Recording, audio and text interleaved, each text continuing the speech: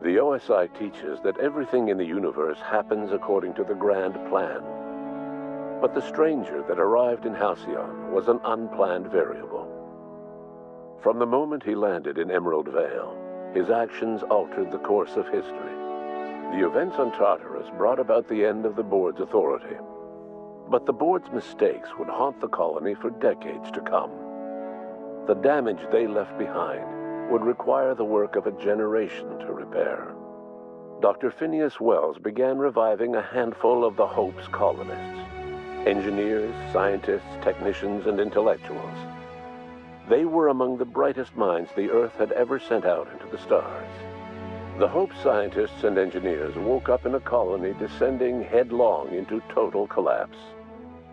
With no way to return to Earth, they had no choice but to band together and devote themselves to the cause of saving Halcyon. The people of Halcyon were nothing if not hardy.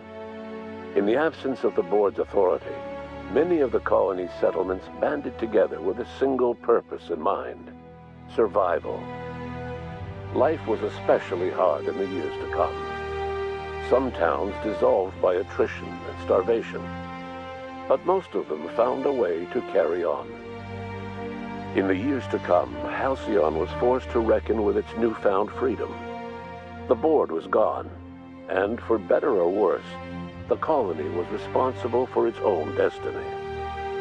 Sanjar's civil liberties and worker-centric policies were slow to catch on with the other corporations.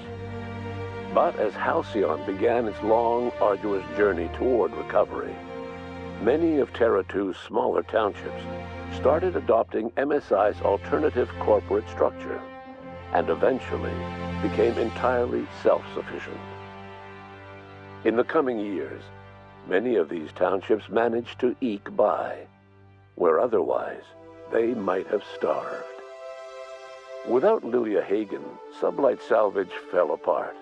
The company fractured, devolving into a series of unregulated criminal gangs, fences, and smugglers. Their facade of legitimacy quickly faded. In time, the Sublight family was forgotten. Adelaide McDevitt replaced Reed Thompson as the leader of Edgewater. She and her followers transformed Edgewater in their image. Anyone loyal to Reed was pressured into leaving town, and those who stayed behind adapted to her way of life. Adelaide transformed the old cannery into a new garden. The nearby Edgewater Cemetery provided a convenient source of fertilizer. Under the leadership of Junlei Tennyson, the Groundbreaker held firm against corporate influence. The ship's mechanical stability gave Junlei the time to educate a promising generation of engineers schooled in her family's traditions. The future of the Groundbreaker looks promising. The rediscovery of the Hope and the abandonment of the Lifetime Employment Program forced Byzantium to come to terms with some uncomfortable realities about the state of Halcyon. While Byzantines were reluctant to surrender the luxuries they'd grown accustomed to, the board's diminished authority gave them little choice in the matter. Nearly everyone had to learn to make do with less. Some even had to get jobs. It was a dark time indeed. Your influence shifted Ellie's perspective.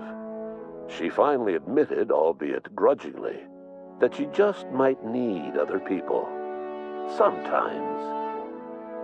With a steady income from the life insurance payouts, she was finally able to afford a ship of her own. She hired a small crew and flew supply missions to communities on the fringe. Some of them were even legal. Life in Halcyon was sobering for Felix Millstone. The grand revolution he dreamed of never came. There was no great awakening for the colony, no celebrations in the streets. There was only the hard, desperate work of trying to repair a broken colony. Felix never had a head for numbers, but if there was labor to be done, he was there to help. Eventually, Felix realized that the work of a revolution was done with two hands. As much as he enjoyed his adventures aboard the Unreliable, the vicar, known as Max, eventually decided that it was time to move on, to live out the life he had sought so long to create. He knew there were many in the colony who carried burdens much worse than the ones he had struggled with, and he devoted himself to easing their suffering wherever he could. He only ever took up arms again to defend the defenseless.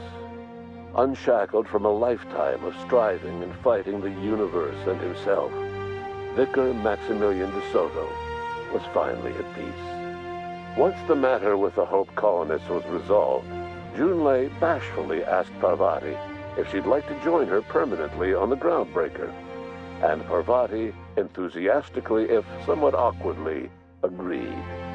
The stories of her adventures spread across the colony, and Parvati soon found herself the center of attention. Having served as the engineer of a renowned spacecraft, tramp freighters and wildcat miners sought her out by name, and in no time, she was a fixture in the Groundbreaker's mechanical ecosystem. She and Junlei were never far apart. Nyoka returned to Monarch to take another crack at making a permanent life for herself. She formed the Charon Group, an MSI subsidiary of ragtag survivalists and wilderness experts. Anyone in need of a guide, or just looking to throw back a beer and swap stories, could find her camping on the trail or clearing an infestation. The SAM unit that accompanied you spread awareness of the product line's superior sanitation and maintenance capabilities across what was left of the colony. This led to a boost in SAM unit sales. Did you know that SAM units are the longest-lasting, toughest-acting cleaning solution in Halcyon? Minister Clark was released from house arrest, and his contact with you gave him a sense of renewed purpose and vigor. Once it became clear that no help would be coming from Earth, he threw his considerable efforts and talents into helping Halcyon manage the crisis before it. As for Dr. Phineas Wells, he spent his remaining years in his orbital lab. He eventually came to terms with his own past and was able to forgive the mistakes of his younger self by devoting his remaining years to serving the colony. Dr. Wells was able to revive many more scientists and engineers than he first expected, thanks to the additional batch of chemicals you stole from the Ministry. Wells never forgot about the human lives that were lost in acquiring these chemicals. In the end, Dr. Wells was able to save every scientist and engineer aboard the Hope. Over the next decade, nearly all of the Hope's remaining colonists were successfully revived. Halcyon saw a period of rapid technological and scientific advancement. Breakthroughs in dietary supplements saved the colony from starvation. Geoengineering projects and social reforms began to change the structure and character of the colony.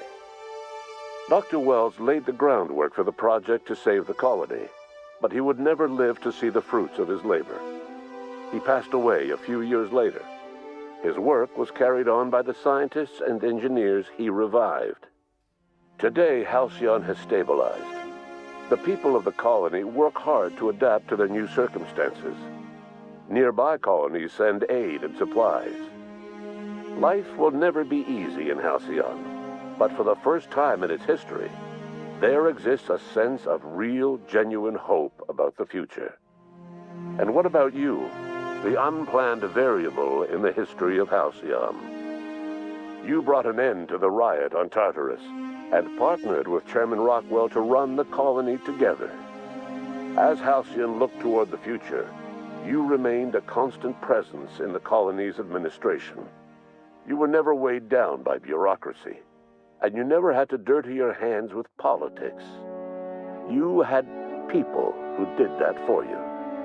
By your influence, Halcyon survived the turbulent years that were to follow. No one knows what's happened to Earth, and no one knows what the future has in store for Halcyon.